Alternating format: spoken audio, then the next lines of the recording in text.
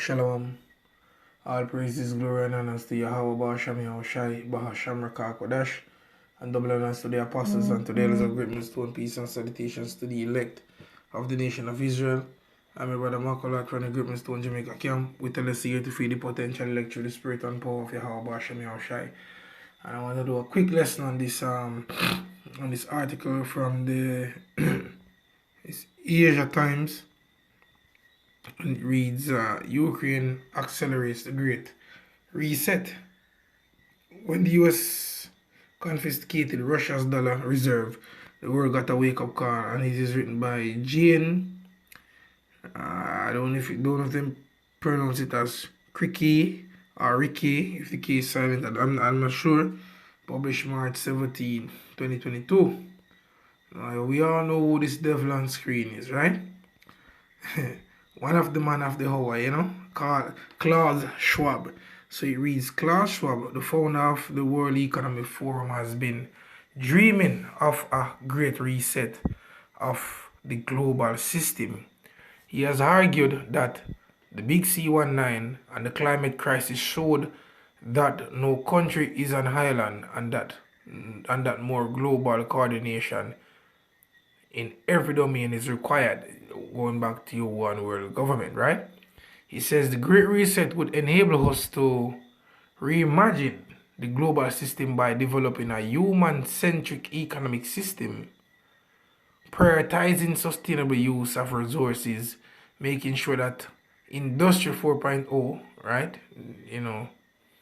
We know what that is. Technologically, that's like technology serves the common good and creating a new global financial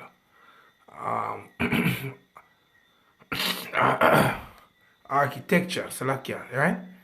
He says in January, Schwab persuaded Chinese President Xi Jinping to address the annual World Economic Forum meeting in Davos, Switzerland, that brings together the world's financial, political, and cultural elite. Speaking by video link from Beijing, Xi called for more international cooperation to deal with climate change, economic inequality, and other global changes. And they're all on it, man. He says by addressing the meeting, Xi signaled endorsement of the spirit of Schwab's World Economic Forum program, but he also cautioned against confrontation that could have, in his words, catastrophic consequences. A dollar reset. The idea of a reset of the global system gained currency after the 2008 financial crisis triggered by the collapse of the investment bank Lehman Brothers. The US government spent trillions of dollars to prevent a meltdown of the financial system. And this, they're saying the idea of a reset global, after 2008. This was way before 2008. And let me just read one more paragraph. It says, when the dust settled, a growing number of financial and economic experts warned that the massive US debt fueled by quantitative easing expansions of the money supply would ultimately cause massive inflation and undermine the role of the dollar as the global reserve currency, which they knew all this. They're just playing the devil. This is by design. This is by design, and everything that they're doing is to the T. It's not coincidental, man. These men that are in the higher ups, this is what they are yearning for ages. They have been waiting for this for centuries, man. They wanted to do this, but because of the lack of technology, and the Lord didn't give it to them at that point in time for them to feel like, yes, we have reached our pinnacle now, so we're gonna get our new world order and put it into place. No, it's not like that. The Lord do it his time, according to his season and according to his reason, right? So they are making moves, man.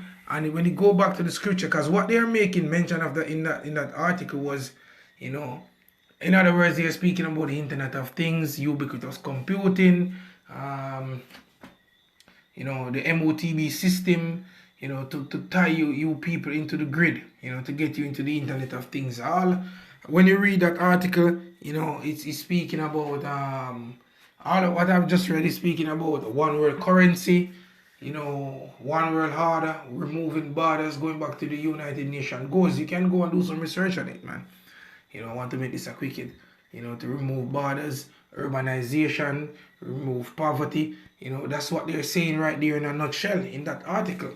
And it goes back to Psalms chapter 10 verse 3 says, "For the wicked boasted of his heart's desire, and blessed the covetous, whom the Lord abhorreth." It says, "The wicked through the pride of his countenance will not seek after the Most High." The Most High is not in all his thoughts, because right here, and then they're showing you that, look, the Lord was or has made a mistake when he had built the earth. How he built it and how he had shaping it and given the guidelines for it to be run. That's what they're saying. The Lord basically made a mistake, and that's the reason why you have this man here. His name is what? Dr. Yuval Noah Harari is a transhumanistic and top advisor to Klaus Schwab and the World Economic Forum. And this man here, man, I'm a bit scared to play it, for the purpose of strike. But basically what they're telling you is that they're going to hum it the most. As a matter of fact, let me just play it, man. Just play it. Was subject to the laws of natural selection and to the laws of organic biochemistry. But this is now about to change. Science is replacing evolution by natural selection with evolution by intelligent design. Not the intelligent design of some god above the clouds, but our intelligent design. You hear that? You hear that? You hear that? Not intelligence of some god above the clouds. That's the reason why here in the scripture here it says, back in Psalms 10 verse 4, it says, "The wicked through the pride of his countenance will not seek after God. God is not in all his thoughts." So the God above the cloud that they're talking about Yahweh, the Most High, and his son Yahweh Shai. And this clearly points out to you that these men are the damn wicked, as it is written, the earth is given into the hands of the wicked. They are the ones that are running the earth. They are basically telling you to do away with the Lord, to done away with that. They're dealing with their new world order. But Yahweh Shem Shai gonna put a foot in your asses, man. He's gonna put a stop to that bullshit. Right? Verse 5 says, "His ways are always grievous, thy judgments are far above out of his sight. As for all his enemies, he puffeth at them." And these men could care less what the Lord want to do. But in the back of their mind, they're saying, look, just in case, the Lord want to come and fight, we're going to have these technologies and these capabilities to fight against the Lord. And as the brother Rakai always said, you're going to be known as the fool in the kingdom that thought that you could have fight against our Lord Yahweh Shai and win. You're a fool. The scripture says, "The pride of thine heart that deceived thee." As a matter of fact, let me get that, man. As a matter of fact, before I get that, verse 6 here, it says, "He had said in his heart, I shall not be moved, for I shall never be in adversity." Right? That's his thoughts. It says, "His mouth is full of cursing and deceit, and fraud under his tongue is mischief and vanity. He sitteth in the lurking places of the villages. In the secret places doth he murder the innocent. His eyes are privily set against the poor." And we are the poor. You understand? We are the ones that he hated, because the Lord loves us. And the Lord ain't into him, man. So going to over there, verse 3 says, "The pride of thine heart that deceived thee, thou that dwellest in the clefts of the rock." And because you have come to the point that we have built skyscrapers and the Lord have given you the information how to come up with certain technologies, you feel like your technology is not going to become the God. You're trusting in your witchcraft and your soothsaying and shit like that. But the Lord's going to test them. I'm going to get the scriptures on that, man. The Lord's going to test all your gods. All the idols of Egypt, the Lord's going to test it to see what it's made out of, man. Right? So it says, "The pride of thine heart that deceived thee, thou that dwellest in the clefts of the rock, whose habitation is high, that saith in his heart, who shall bring me down to the ground? It says, though thou exalt thyself as the eagle, and though thou set thy nest among the stars, thence will I bring thee down, saith the Lord." So you have gone up to space, what, 69, 70, somewhere there. That's really where when you have been starting to be brought down. And that's when the word really came back on the streets, come on the forefront in Babylon the Great, America. The Lord said, thence will he bring you down. And Babylon the Great is being brought down now, right before your eyes. And if you can't see it, then good riddance. Ain't no way you can tell me that you're not seeing that the infrastructure in America is getting destroyed. The morals have been destroyed. The money is being destroyed. Inflation on a whole is rocking America on a whole, man. Maybe, for some people, you maybe could have called your loved ones in the States and say, oh, beg you $100. No, it's hard. You might call them and they're like, oh, I don't have it. And really, a lot of them don't have it because the cost of living is so goddamn high there, man. It's getting worse and worse as the days go by. The more you hear of wars and not producing barrels of oil and stuff like that, it's getting worse, man. And the Lord is the one that's doing it.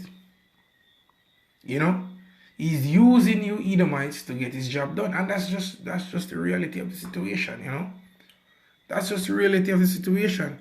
Right? It says, if thieves came to thee, if robbers by night or art thou cut off, would they not have stolen till they had enough? If grape gatherers came to thee, would they not leave some grape? It says, how are the things of Esau searched out, or his hidden thoughts sought out? All the men of thy confederacy have brought thee even to the borders.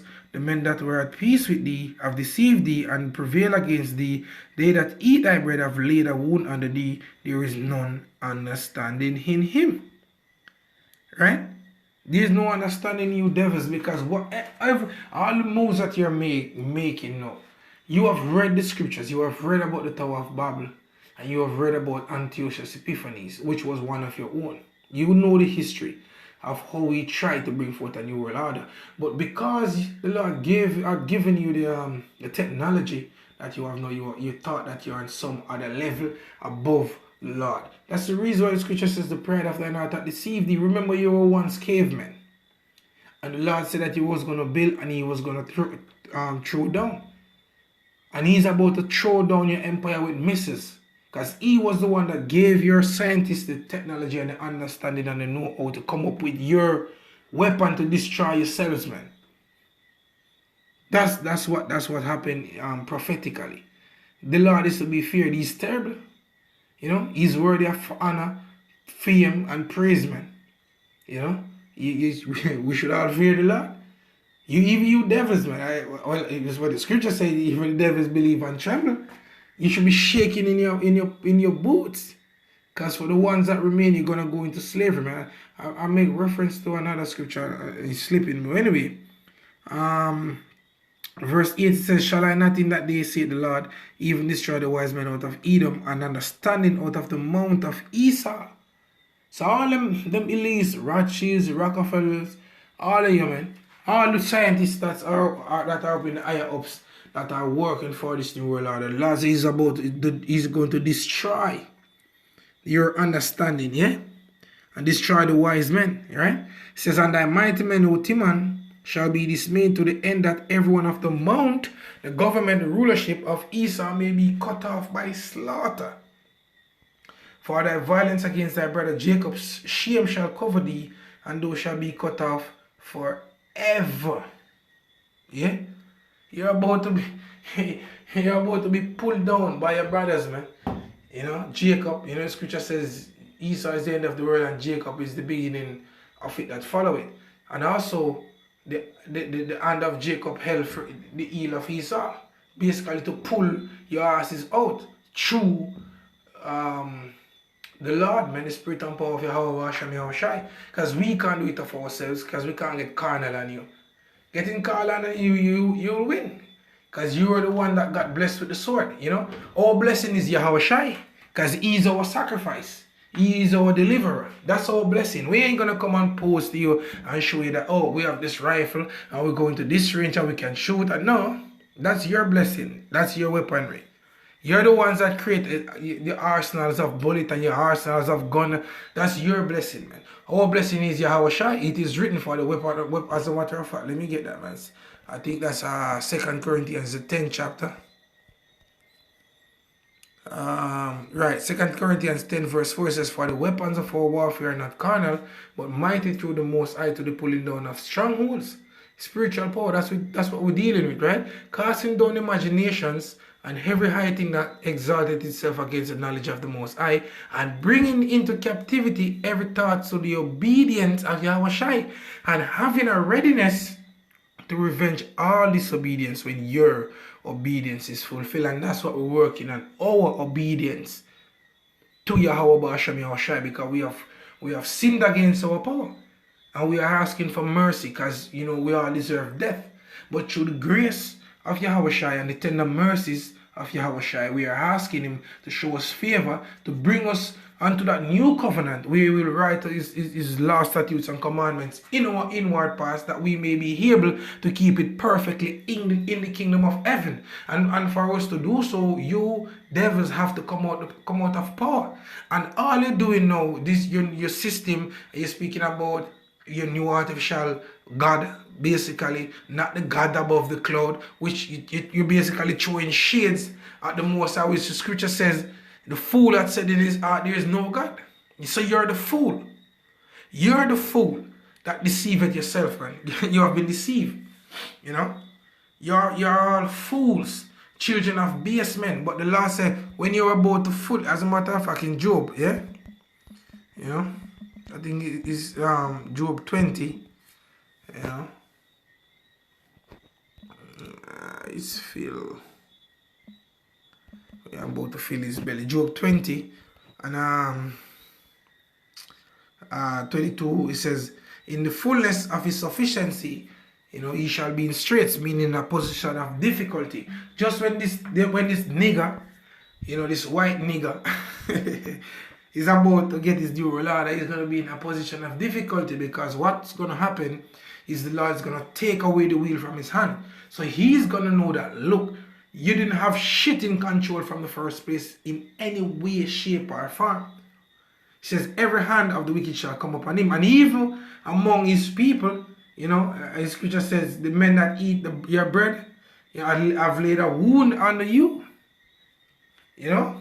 and also the Israelites, right? It says, he shall flee from the iron weapon, and the bow of steel shall strike him through. It is drawn and cometh out of the body, yea, the glittering sword cometh out of his gall. Terrors are upon him. All darkness shall be hid in his secret places. A fire not blown shall consume it. It shall go ill with him that is left in his tabernacle. The heaven shall reveal his iniquity, and the earth shall rise up against him. And we've been seeing this happening right now. The increase of his house shall depart, and his goods shall flow away in the day of his wrath, because the rich is going to get it. Who's the rich? The Israelites. We want to start poor now. We're going to switch from rags to riches, man. I don't know if you know that cartoon. Not cartoon, that movie. And if it wasn't in the 80s, it's in the 90s. Called From Rags to Riches, when this cracker basically adopted about 4 or 5 young girls. One was a Jake, and different. I think it was different races, and they call that movie From Rags to Riches, man. Says, this is the portion of a wicked man from the Most High, and the heritage appointed unto him by the Most High. So do all that you have to do. Bring forth your CBDCs, push for your WTO, push for your MOTB, your New World Order, push for that the chipping thing to start, push for all of that, because at the end of the day, you're all gonna go in slavery, man. The ones that don't make it on this go around, you're gonna make it on the other side. Thus saith the Lord, and so it is written, so shall it be done. And I hope that this lesson has been an edifying one. All praises, glory, and honesty, how Hashem Yahushai. Keep pushing this truth, Akim almost out of here. Shalom.